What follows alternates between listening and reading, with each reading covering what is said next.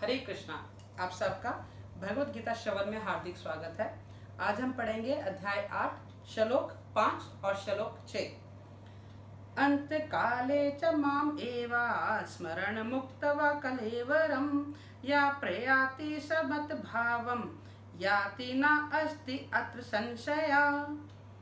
और जीवन के अंत में जो केवल मेरा स्मरण करते हुए शरीर का त्याग करता है वह तुरंत मेरे स्वभाव को प्राप्त करता है, इसमें रंच मात्र भी संदेह नहीं है। तात्पर्य श्रील प्रभुपाद जी के द्वारा। श्रील प्रभुपाद जी की जय। इस श्लोक में कृष्णा भावना अमृत की महत्ता दर्शित की गई है। जो कोई भी कृष्णा भावना अमृत में अपना शरीर छोड़ता है वह तुरंत परमेश्वर के दिव्य स्वभाव को प्राप्त करता है। परमेश्वर शुद्ध अधिशुद्ध हैं, अतः जो व्यक्ति कृष्ण भावना भावित होता है वह भी शुद्ध अति शुद्ध होता है। तो इस श्लोक में बताया गया है, इसमें कृष्ण कहते हैं कि जो भी जीव अंत समय में जब अपने प्राण त्यागता है और मेरा स्मरण करता है तो वह मेरे स्वभाव को प्राप्त होता है। कितना अच्छा लग रहा है सुनने में कि पूरी जिंदगी आप अपने कर्म करें, मजे करें, मस्ती करें और उसके बाद मरते समय बस हरे कृष्णा बोल दें और आप कृष्ण धाम को प्राप्त हो जाएंगे। मगर ये ऐसा आसान नहीं है, क्योंकि कृष्ण को स्मरण रखना, वो भी अंत काल में जब इंसान मृत्यु के द्वार पे खड़ा होता है, अंत समय जब उसके पास होता है तो उसका स्वभाव, उसके स्वभाव के हिसाब से वो जो है आखिरी वक्त में किस चीज़ को याद रखता है, किस व्यक्ति को याद रखता है, वो सब चलचित्र की तरह से उसकी आंखों के आगे उसकी पूरी जिंदगी घूमती है।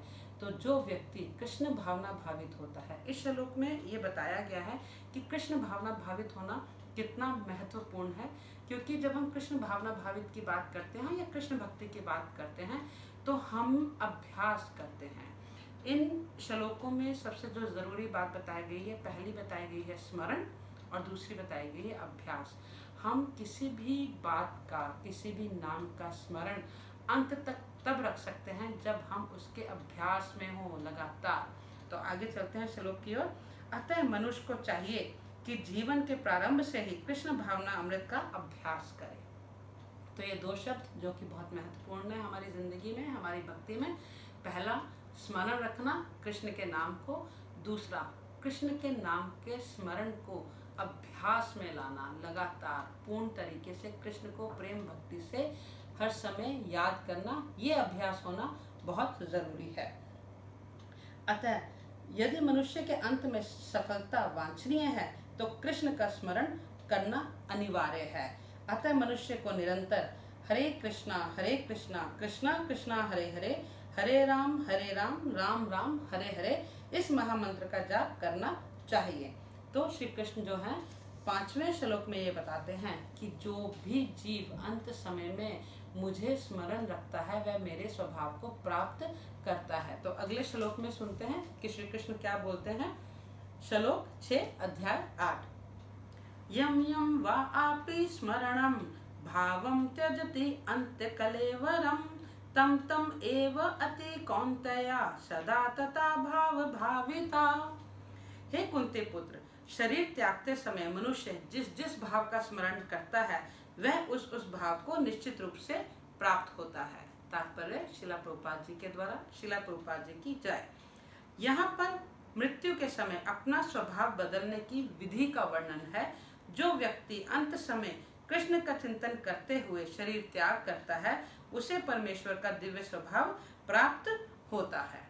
तो श्री कृष्ण इस श्लोक में 5वें और 6वें श्लोक में ये बताना चाहते हैं कि कृष्ण के स्मरण का आपको अभ्यास करना है। और कृष्ण के स्मरण का अभ्यास आपको कैसे करना है? जब आप भक्ति में परिपूर्ण हो, आपकी जो दिनचर्या है, जो भी चीज़ जो कि कृष्ण के बारे में जानना चाहता है, ज्ञानी बनना चाहता है, आत्म साक्षात्कार करना चाहता है, ये जो भगवत प्राप्ति है, इसके लिए भगवत ज्ञान प्राप्त करना चाहता है, उसे अभ्यास करना होगा। और अभ्यास कैसे होगा? आपकी दिनचर्या से। आपको बहुत ही डिसिप्लिन होना होगा। आप जो भी, चाहे आप नौकरी करते हैं, चाहे आप विद्यार्थी हैं, चाहे बुजुर्ग अवस्था में हैं, आपको एक नियमित कार्य प्रणाली को अपनाना होगा। सुबह उठना, कृष्ण की जोत करना, मंगला आरती करना, मंगला आचरण करना, गोपाल जी के दर्शन करना, फिर भोग इत्यादि करना, भगवत गीता पढ़ना, भागवतम करना, साधु संग में रहना, भगवत गीता की कक्षाओं को में जाना, उनके बारे में सुनना। जब हम ये सब स्टेप बाय स्टेप करते हैं, हमें प्रेम भाव से जब हम इस भक्ति में लीन होते चले जाते हैं तो हम अभ्यास में अग्रसर होते हैं। जैसे कि हम एक छोटा बच्चा है, वो ग्रेजुएट तब होता है जब वो KG1 से अपना दाखिला करता है। आप एक बच्चे को प्रशिक्षण देते हैं, उसकी सोच को प्रशिक्षण देते हैं कि वो ग्रेड 1 में जाएगा, 2 में जाएगा, फिर आगे बढ़ता हुआ ग्रेड 10 कॉलेज और फिर यूनिवर्सिटी में जाएगा। तो ये अभ्यास है आपके ज्ञान प्राप्ति का, जो कि आपको भौतिक जीवन में जीविका कमाने के लिए चाहिए। हम सब पढ़ते क्यों हैं? हमारे मनुष्य के पढ़ने का एक मूल कारण है कि हम पढ़ लिख जाएं, अच्छे नंबर आ जाएं, हमें अच्छी नौकरी मिले ताकि हम जीविका कमा सकें। परंतु हमारे पढ़ने लिखने का उद्देश्य ये भी होना चाहिए कि हम आध्यात्मिक ज्ञान की ओर अग्रसर हों, हम अपने आप को जानें। जब हम पढ़ते हैं, पढ़ना सीखते हैं, तो हम इस ज्ञान को खोजना चाहते हैं। हम जितने पढ़े लिखे हों, हमें उतनी इच्छा होनी चाहिए, उतना ज्ञानी बनने की इच्छा होनी चाहिए कि हम इस अभ्यास में आए, कृष्ण भावना भावित के अभ्यास में आए कि किस तरह हम तत्परता के साथ, अभ्यास के साथ कृष्ण भक्ति में लीन हों।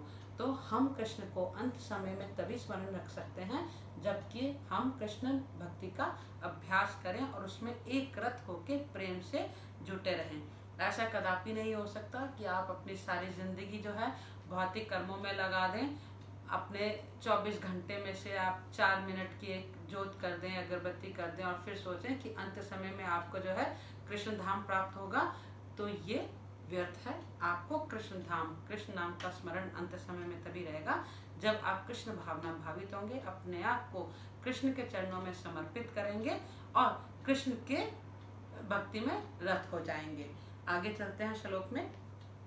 अगर कोई इस जीवन में सतोगुणी होता है और निरंतर कृष्ण का चिंतन करता है तो संभावना यही है कि मृत्यु के समय उसे कृष्ण का स्मरण बना रहे। अब यहाँ इस पंक्ति में बताया गया, अगर कोई सतोगुणी होता है, तो हमारे जो गुण हैं सतोगुणी, रजोगुणी और तमोगुणी, हम हर वक्त अगर सतोगुणी रहेंगे, भक्ति में रहेंगे, तो ये संभावना है कि अंत समय हम कृष्ण का स्मरण कर सकें। इससे उसे कृष्ण के दिव्य स्वभाव को प्राप्त करने में सहायता मिलेगी।